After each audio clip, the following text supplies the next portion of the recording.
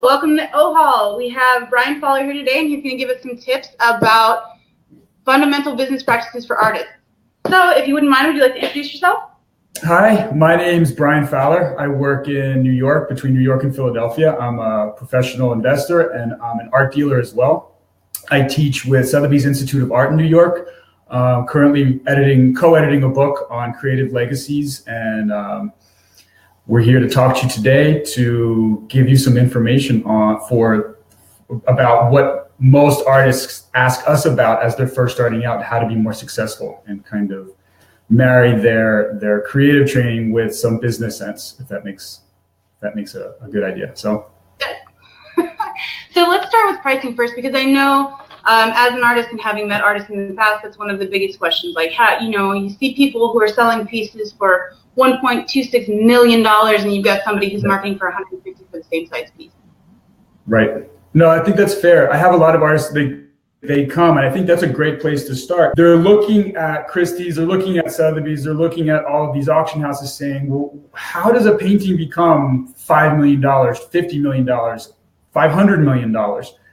That's a different art world, and pricing has to start more intuitive. So if you're an artist just starting out, keep it simple. Price based on size.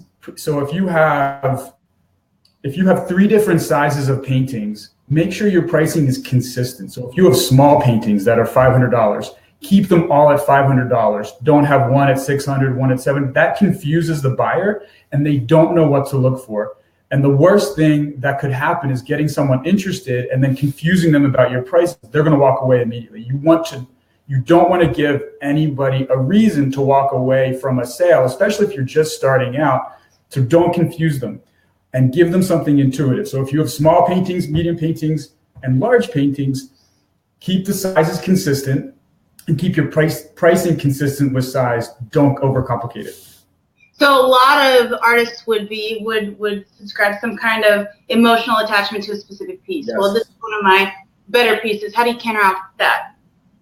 I think that's exactly what happens. A lot of artists who don't understand how to price their work will say, well, I spent 20 hours on this painting and 5 hours on this painting. They're the same size.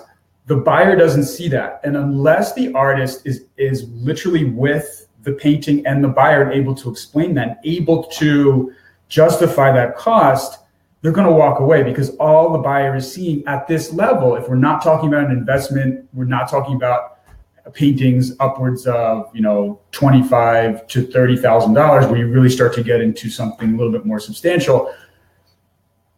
A buyer's not going to see your time; they're only seeing the overall effect. So they're saying, well, if this painting is $50 and this painting is $1,500, I'm going to go with the 50 because it's giving me the same experience. So that's what I would say to the artist. Say, listen, I totally understand the time that you've put in, but that's not going to come across in terms of price, in terms of the sale. You can price it. Yeah, you can price it at whatever you want. You're not going to close the sale, though, unfortunately. Okay, and that's just taking into consideration that there's a different perspective being had. With that being said, what about geography? Geography's, yeah, that's also important, because I'll have artists who are more sensitive to the geography. So if an artist is showing in New York, you're able to command somewhat of a higher price. People have a little bit more discretionary income in New York. People have somewhat of a relatively more sophisticated eye in terms of what to expect for paintings, even if you're an emerging artist. If you're coming to, anywhere middle America, I would cut that in half. You know what I mean? I would more or less do your homework to know what are other artists in the area selling for, if they're of the same quality, same education level, same demand. You have to think more in terms of a commodity. I hate to say that, but when you're marketing and you're first starting out, you can't get too emotional about your art. That's something that does come in later with collectors and collection building, when there is provenance, when there is a secondary market, when there is curatorial interest and academic interest in your work. Then you can talk more about the areas of pricing a work that relate to that. So all of the qualitative areas. Until then, you have to think in terms of product. what is it that my audience is willing to pay at any given moment? And you have to do your research. Okay, absolutely. So walk into it with an open mind, make sure that you're looking at your viewers, your audience, and that you're playing to that specific one. Because like you said, trying to sell a paint at, an 18 by 24 for $600,000 where nobody knows you and nobody's familiar with your work is not going to be effective.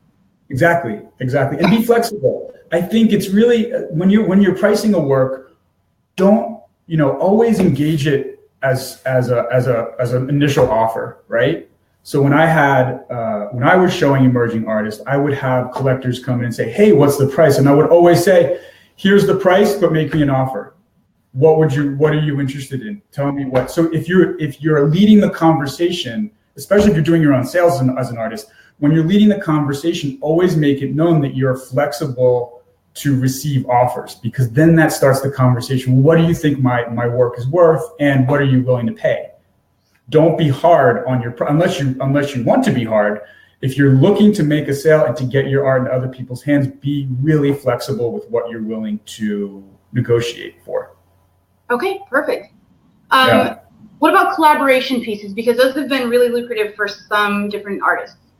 Mm-hmm. Well, it depends on what are your interests as an artist. I think collaboration is throughout all of art's history. You have momentous collaboration. I think Andy Warhol is one.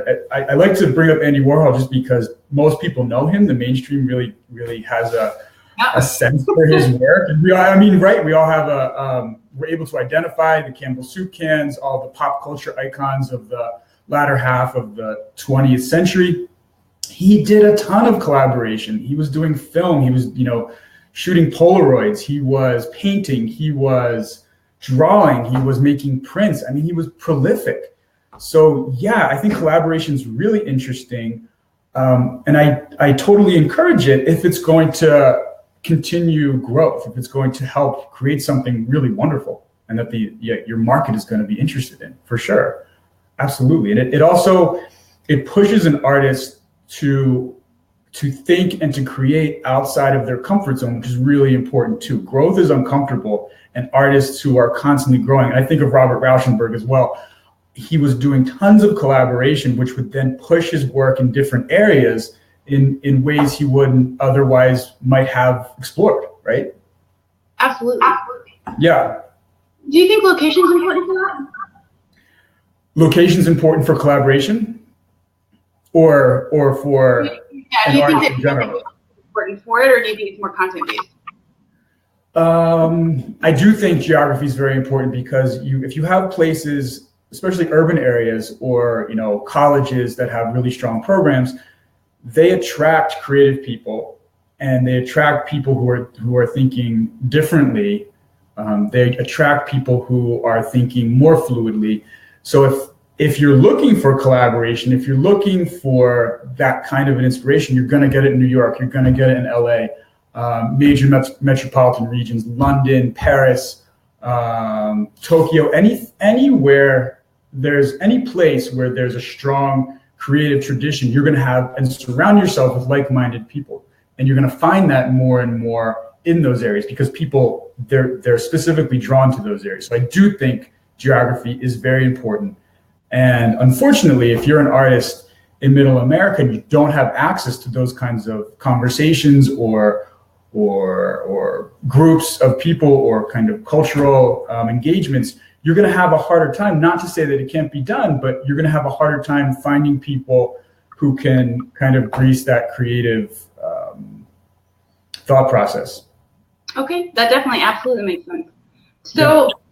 When we were talking about developing your base and your network and whatnot, branding, how do you develop your audience for your specific kind of art?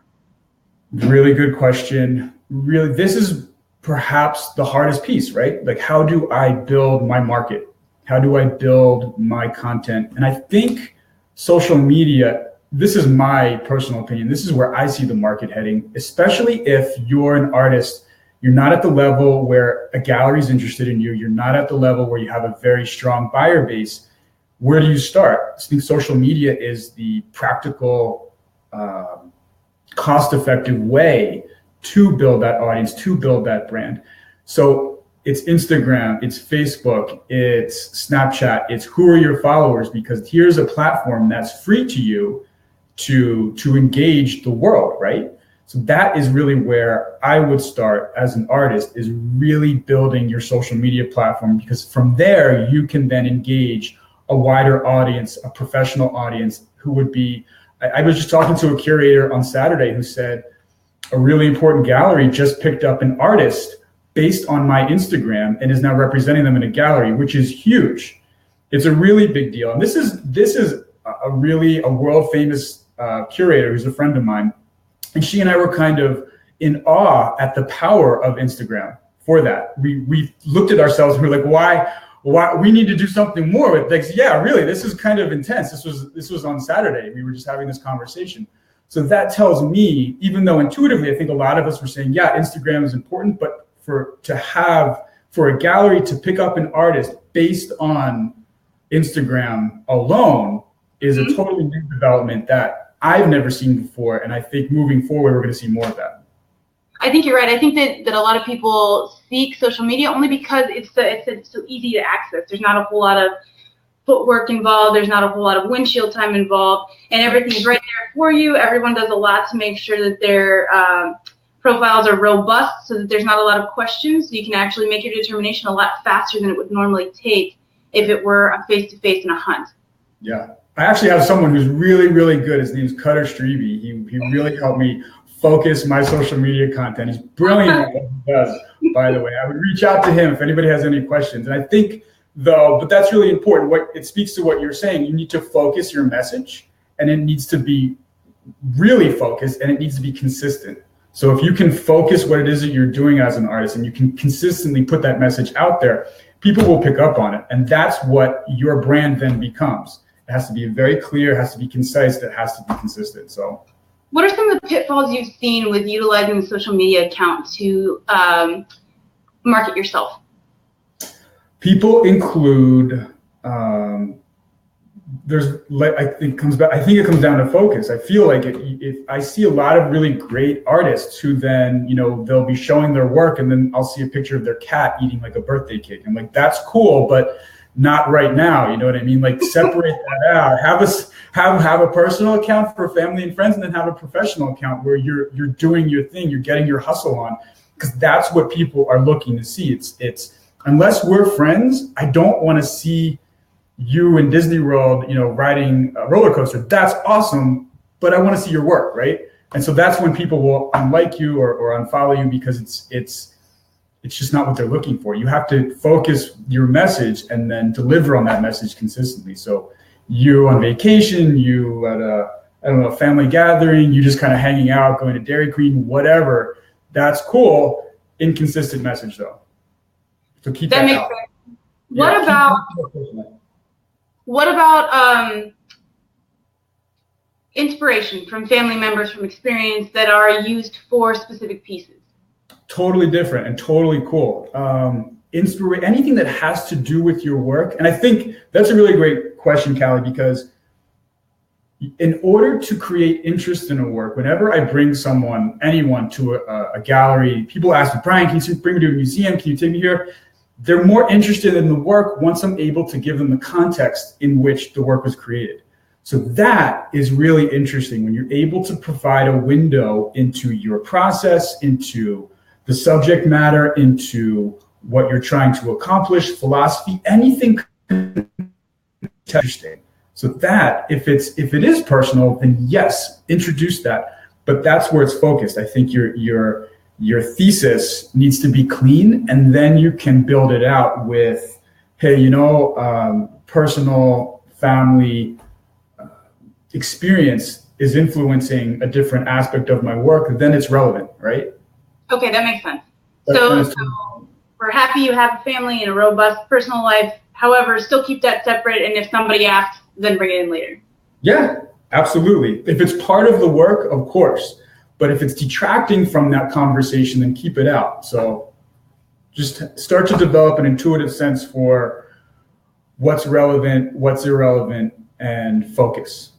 Okay, perfect. That makes total sense. And I think that a lot of people get caught up in, Instagram's for me, it's for my stuff, but if you're really interested in developing a following and becoming a professional artist, you have to have some professional aspects of that social media world. Yes. The professionalization, we talk about, I think what you said also is really important.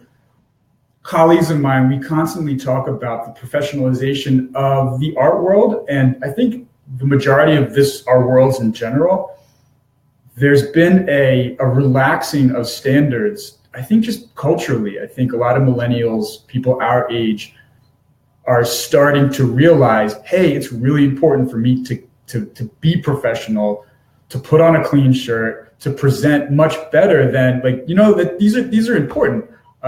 Things like that. And I think that needs to translate to your social media account too. That makes sense. That definitely makes sense, where you're not bringing in all the mud. Yeah, polish yourself up, shine yourself up, and then go on IG for sure. Perfect. So let's talk about networking relationships. As millennials and being part of that tide, we're seeing a lot more of developing personal relationships, giving back to the community, that kind of stuff. Do you think that is important as far as an artist is concerned? Because the telltale stereotypical artist is aloof and eccentric and selfish. Yeah, I think it can be, Kali. I think there are a lot of, depending upon what art world you're talking about, there is that aloof, eccentric kind of singular genius persona that people try to personify, which is okay. There's a place and a time for that. But to your point, I think it's really important for community, and if that's the goal of the artist, then yes, I think engaging community. Art is another way of exploring and perceiving the world. It's another way that language and music kind of fail us as people, we're able to visually create objects that communicate meaning and thought and feeling, which is important, right? And for me, I've always felt I will judge art based on two criteria, generally speaking. Does this artwork say something profound or important? And does it say something profound or important in a profound and important way? So is the message relevant and or interesting or important or exciting? And is the medium by which that message is being communicated also equally innovative? The works of art throughout history have done both of that. The most important works of art have done both of those things, have accomplished both of those things. So bringing it kind of full circle to your question, yes, if I do believe more and more, especially that community building and identity, all of those different things, those are addressed. And I think those are important messages if that's the goal of the artist. Okay. So what would you suggest on building networking? You're building your network and your relationships as an artist in general. I think I feel or I know that building relationships are essential in the art world. And I think people say all the time, relationships are everything, which is true, but it's all you have in the art world and or whatever art world that you're working in, because your relationships with your collectors are important. I mean, those are personal. Your relationships with your dealers are important. Your relationships with gallerists, with publishers, anybody who wants to engage your work are really important. That is your network. So if you're trying to, again, I think it comes down to marketing, Kali.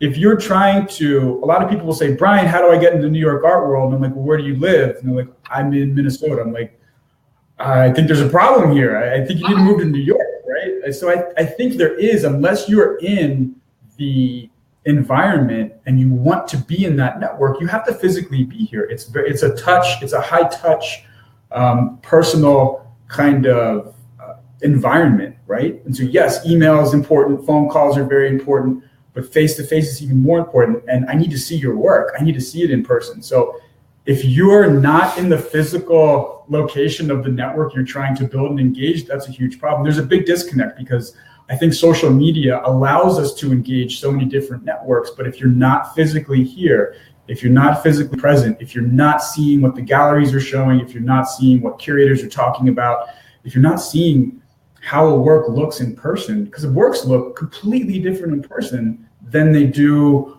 over the internet, even in a photograph.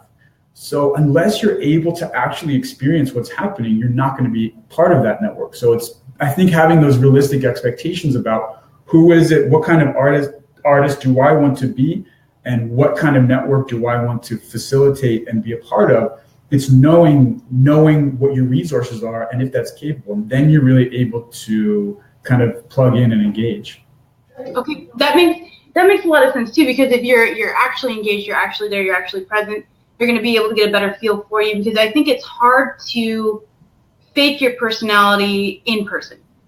Yes. Microexpressions, all of that, intuition, the ability to read whether or not a situation is genuine. Absolutely. To your point, I don't think it's very hard to read somebody unless you see their body language, you see how and we all know, we've sent emails and that's why we have emojis now, so we can try to communicate, right? So we can try to communicate somewhat of the tone and the mood of what we're saying, because it doesn't translate on email. So unless you're really working with somebody over a long period of time in person, you're talking to them, you don't get to know them. So the same is true for art and the networks that we engage. If you're not in them, if you're not consistently having those conversations, you don't get to know them, and you don't get an intuitive sense for how to engage and plug into that market.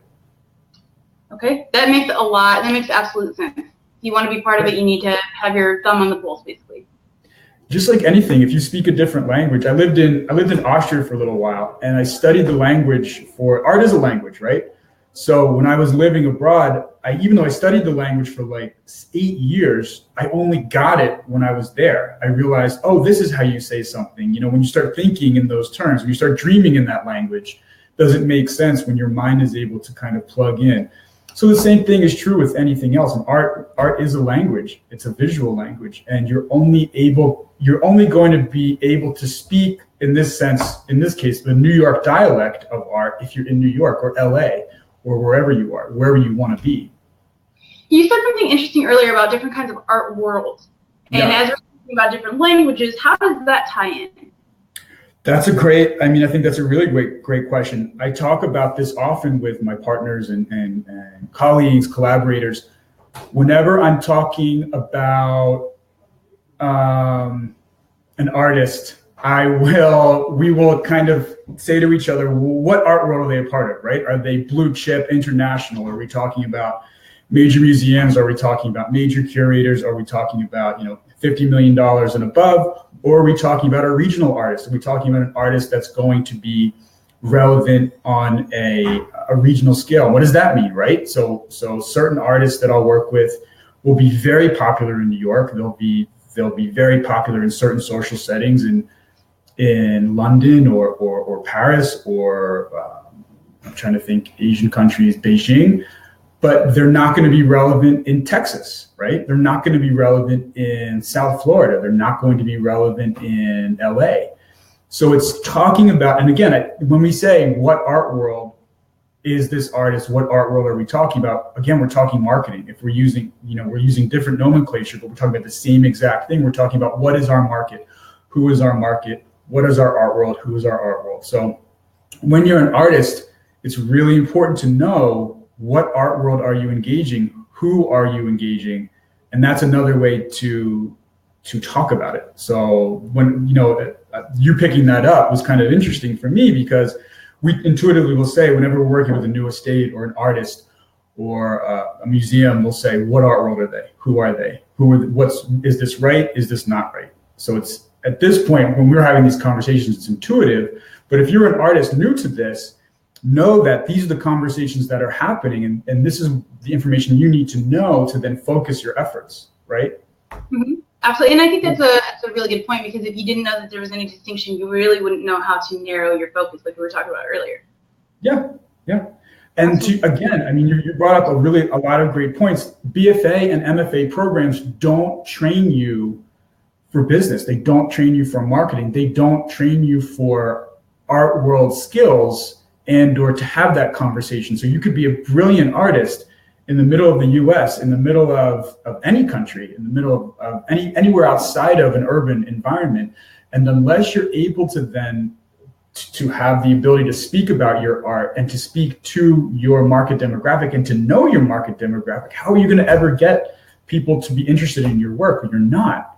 So you have to have that. I mean, for me, that's something out whenever I'm talking to BFA students or MFA students, they say, to your point, how do I price my work? How do I start? It's getting involved with the people that you want to get involved with, to learn their language, to learn what they're looking for, and to learn how to talk about your work in the context that makes sense for them. It does make sense. So I do have a question. It's a little bit off topic. How important is a degree to be successful in the art world? Well, I think, what does a degree really do, right? It depends on, if you know how to paint, if you're a brilliant artist and you're quote unquote uneducated, which, what does that really mean? I think that's especially in this day and age, I don't think it's essential, me personally. But what an education does is it loops you into that network. So it's funny, there are certain BFA and MFA programs that churn out very successful artists immediately, not necessarily because they're any better than any other program. It's the social structure in which that art is then introduced. That's very important. And it's why they become successful. So there are wonderful programs around the world, but if they don't have the infrastructure to help you introduce your art, then that's a problem, right? Because then if you graduate from that program, you're starting at zero, you have to reinvent the wheel. Whereas if you're graduating from a BFA or an MFA program that has a really, really robust infrastructure, you're set, relatively speaking, right? Mm-hmm. So that's the difference when people come to me asking me about education, it really comes down to infrastructure. What kind of infrastructure do you need in order to be successful so you can manage your expectations appropriately? So if you're a killer artist and you've never gone to school and you have people buying your work, my question to you is, what do you need school for? What would you need school for? You're already executing at a very high level. If you're technically proficient and you've built your market, that's everything that you would hope a program would do. Whereas people who come to me, it's like, Bryan, I spent a fortune. I have my MFA from this wonderful Ivy League school. I've spent a fortune on my education. I don't know what to do. And I'm like, well, I mean, I hope you enjoyed your time there. I hope you had a great experience, because now you have to do everything else that you didn't accomplish at this point. So engage those networks. That really, to me, is education is great it's something someone can never take away from you is your education. But at the same time, you have to really understand how to leverage that moving forward if you're going to be successful. Okay, I think that answers a lot of questions, and I think that's really concise for a lot of that, because that's me having artist friends and whatnot. That's the biggest question. Is it, we all have jobs and all that kind of stuff. Is it necessary to get that degree to be successful? But if it's not, then it's not. If it is, then it is. So in the art world, like any other world, if you want to be a doctor, you have to go to med school. You have to get licensed. There is no regulation to be an artist. So if you're kicking butt at being an artist, continue that. If you feel you want another way to explore your creativity, then engage a program or think about a program, but also know what the costs are, because they're exceptionally expensive. So yeah, it's true. Yeah, weigh the pros and cons. Yeah, okay, that makes sense. And then just determine based on your own where you're at. Yep. Yep. So what is your best advice? My best advice is I think so often people follow their passions and they don't focus their passions. They don't focus their skills. So I have a lot of students. I've had a lot of students throughout the years who, some have been successful, some not so much. They've really struggled with where their worth is, right? Or what they're really good at. And so I'll always consult students, artists, any kind of professional that I work with, whether it's finance or art. I'll say, you have to find what you're really good at and that you're also really passionate about. Because if you're just passionate about something, but you're not very good at it, what's the point? There are other people who I can enlist their services who I know are going to be better. So if you're not the best at what you do and you're not trying to be the best at what you do, someone else is, and someone else is taking your business or buying your paintings, whatever that is. So know what your strengths are. And if you're passionate there, marry those two things together. I'm an investor, I'm a curator, I'm a gallerist, I'm a dealer. I put all of those things together. I work with banks, I work with collectors. I'm able to have conversations in a very specific context about either collection building or managing a portfolio, which makes me very relevant because I'm fluidly able to go back and forth. And we're not wasting time, we're getting down to brass tacks, and we're able to execute efficiently. And I'm able to function at a very high level. So my challenge to anybody, especially within the art world, is if you're an artist that you have passion, which is terrific, I think you need that because that's what's going to sustain you. But if you're not the best artist at your level, if you're not executing at a very high level, figure out why and understand and try to marry and find and focus your efforts in an area where you are singularly talented, because that's where you're going to shine. That's where people are going to find and you interesting and wanting to engage you. And that's where you're going to make your market, because the artists that are successful, they're both successful businessmen and women, and they are successful creatively. So they're able to do that. They're able to execute at a very high level, and they're also doing it with something they're passionate about. So how would you suggest, to increase their abilities? So obviously there's going to be some kind of criticism. So how would you operate around navigating criticism? Criticism of their work, Kali? Yes. In order to be better, because you'll have criticism based on your situation or your social perspective. But specifically, if you have another artist who is well-versed in what you're doing and offers criticism, how would you suggest that an artist take that and move forward? Take it for what it is. Take it objectively. Be open as an artist. If you're, and again, I think to your point back in the beginning when we first started talking, if you don't divorce your emotions from people's objective and or subjective opinions of your work, you're never going to grow. If you're reacting negatively to to anyone's criticism of you, you're never going to be pushed to develop. And there's a really good quote that I always think of. John Cage said, "Work comes from work." So what that means, or what I always read that as, if you're not constantly working and developing and growing, you're not going to grow and develop. You can't be a painter and tell me, how do I grow? Keep painting. Do a painting and then do another one. You're going to continue to focus your work as time goes on, only if you're functioning as a painter. So stop talking about painting, or no, continue talking about painting, but in conjunction with actual painting or sculpting or singing or whatever your medium is, right? Installation. So if you're trying to grow, if you're in a creative rut, engage people, collaborate, but don't.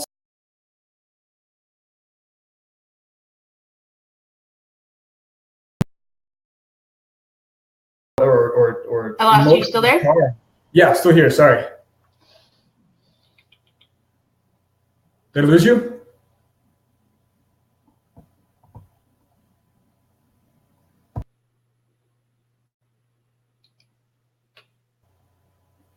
You still there? Still here. Don't worry. Okay. All right. Perfect. Okay. Okay. Okay. Sorry. No, don't worry. Don't worry. Technical difficulty. So the last point I was just making was, if you're not consistently engaging your work and you're not working through and problem solving creative challenges, then those are the things that are going to stop you. So a lot of artists, they get frustrated, the act of creativity is the most emotionally stressful thing in my mind for any human being. So whether you're creating a work of art, whether you're building a house, whether you're building a business, just the act of creating in and of itself is very stressful. So as an artist, you're constantly engaging this cycle over and over again. You're starting something that's first a concept, and then you're bringing it into reality. You're manifesting all of these thoughts and feelings into reality. that in and of itself is very, very challenging to accurately get something from thought and feeling to the physical world, and doing it in the way that makes sense and engages and hits to the heart of whatever you're trying to say or do is very difficult. But if you're not problem solving to make that transition efficiently and or on executing at a high level, you're going to give up. You're not going to be a very good artist. So developing as an artist and problem solving those creative skills, like John Cage said, work comes from work. So just keep working, just keep wrestling with those creative issues, whatever they are, until you come out the other side with a resolution or a solution, something, right? You have to continue to build that out, or else you won't. You have to choose and that's where the passion piece comes in, because passion will sustain you as you are working through that creative process. And know that that's normal. Know that creativity is supposed to be stressful. It's physically, emotionally demanding. And if it's not, you might be doing something wrong if you're not very good, right? And that's okay too. Artists, nobody wakes up being a great artist. Very few people, maybe I should say, is more appropriate. And developing yourself as an artist. I think David Hockney is a great example. I think David Hockney keeps getting better and better as he gets older and older, because the man just doesn't stop painting, and he's brilliant, and his works are breathtaking, and they transport you, and they're just beautiful. But then when you look at him, I've talked to a lot of galleries who believe David Hockney, they feel, in their personal opinion, is the best living painter on earth right now. And then when you see his work and you see what he's been able to accomplish creatively and create, you start to understand why someone might feel that way. But he doesn't stop creating. I think that's a really good point, because I think a lot of instant gratification, likes on social media, shares on social media, actually sitting down and working and putting effort in something that takes time, and something that's not going to have instant gratification, and something that's going to take a while to develop, to work towards, and to turn around. I think that's something a lot of people get frustrated with. So I would suggest, just like you said, continue working, keep your head down, keep moving forward. You're going to get criticism, use it or don't. Move forward, continue being motivated with the passion. That's going to help a lot. Yeah, and I think what you just described is something really, really intuitive. Many creative people, a lot of artists, musicians are very excited about starting a new project, but are very don't have any follow through or can't execute or finish something, which is a really big problem. So a lot of creative people who don't have the ability to execute and to finish a work and to know when a work is done and to push themselves to finish a work fail, right? So that's also something to be aware of. If you're an artist and you love to start something, you've got 9 paintings in the works, or 3 symphonies you're trying to create, or books that you're trying to write, or poems you're trying to compose, finish it. Just finish it. See what happens. And then if you want to come back to it later, but finish it so that you can move on and there can be some development, and push yourself and discipline yourself to get the work done. It's really good advice. I think that's going to be probably one of the most beneficial, because if you have something to work with, then that's a starting point itself. Yeah. Oh, absolutely. If you're creative and you're good, just get the work out there, because then you can you can take a break, you can come back to it, you can be as objective as possible and say, what worked here? Where did I struggle? What do I as an artist need to figure out in order to execute what my vision is, what I'm trying to paint, or what I'm trying to sculpt, or what I'm trying to elicit emotionally, right? Or conceptually. Whatever your goal is artistically, if you're not accomplishing it and you're not hearing your audience, if you're not eliciting the response in your audience that you hope to elicit, there's a problem, and you need to problem solve that. But you can't problem solve that until you finish it. So just finish it and then come back to it. Stop talking about it. Just get to work. Perfect. I think that's great advice. There's too much of this and not enough actual working, because painting is work, right? Sculpting is work. Writing is work. It's it's challenging, but just get it done. Absolutely. I think that's probably going to be the best bit of advice.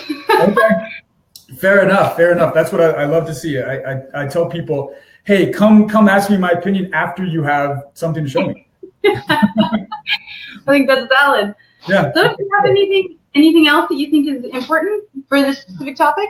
I think we hit everything, Kali. I think you asked all of the right questions, and all of the questions you've asked as well have very much mirror a lot of what artists ask me, generally speaking. So before you get, I think a lot of artists, many artists tend to overthink things. Many of us people overthink things. So I think that's really, if we can distill anything from our conversation, is to get it done. Finish the essay, finish the book, finish the painting, and then move on. And then keep developing, keep creating work, keep progressing. As long as you're progressing creatively, you can have a constructive conversation. If you're trying to have a conversation and you're not progressing, what's the point? I mean, you're just wasting air, right? You're just frustrating yourself. You're not problem solving your creative challenges. So if anybody's coming away with I feel like our conversation today with something valuable, it's continue to persist, to troubleshoot and problem solve and creatively think about what it is that you're creating and the market you're developing and the world you're engaging, because art doesn't exist in a vacuum. Art doesn't necessarily have any meaning unless it's presented in a social context. If you're engaging people and it's in that infrastructure, if it's presented in such a way. So you need to be consistently engaging your environment, and you need to be consistently working and progressing and problem solving and critically thinking about all of those different challenges until you reach a critical mass that you measure as success. So until you reach that level, and that's what success is. Success is accomplishing the goals that we set out for ourselves. Anybody can say this. You're not going to be successful until you reach a level where you're able to consistently problem solve and achieve the results that you hope to. And how do you do that? You persist. That's perfect. This is such an insightful interview. I really appreciate your time. This is really Thank you for having me, Kali. I really appreciate it. This is great. And from OHAL, we'd like to thank you for coming and giving us a little bit of advice, especially from the artist and the author's perspective. I think this was information that could help everybody, regardless of what kind of art form they've chosen to take up. Yeah, just keep working, and it's been absolutely my pleasure. Thanks from New York. It's been great. I do. Absolutely. San Diego. All right. Hey, awesome. Even cooler, right? Yeah. Anytime you guys have questions, just shoot them at me, and we'll go from there. Okay. Perfect. Thank you so much. Awesome. Thanks, Kali. Bye. Bye. Have a good day. You too.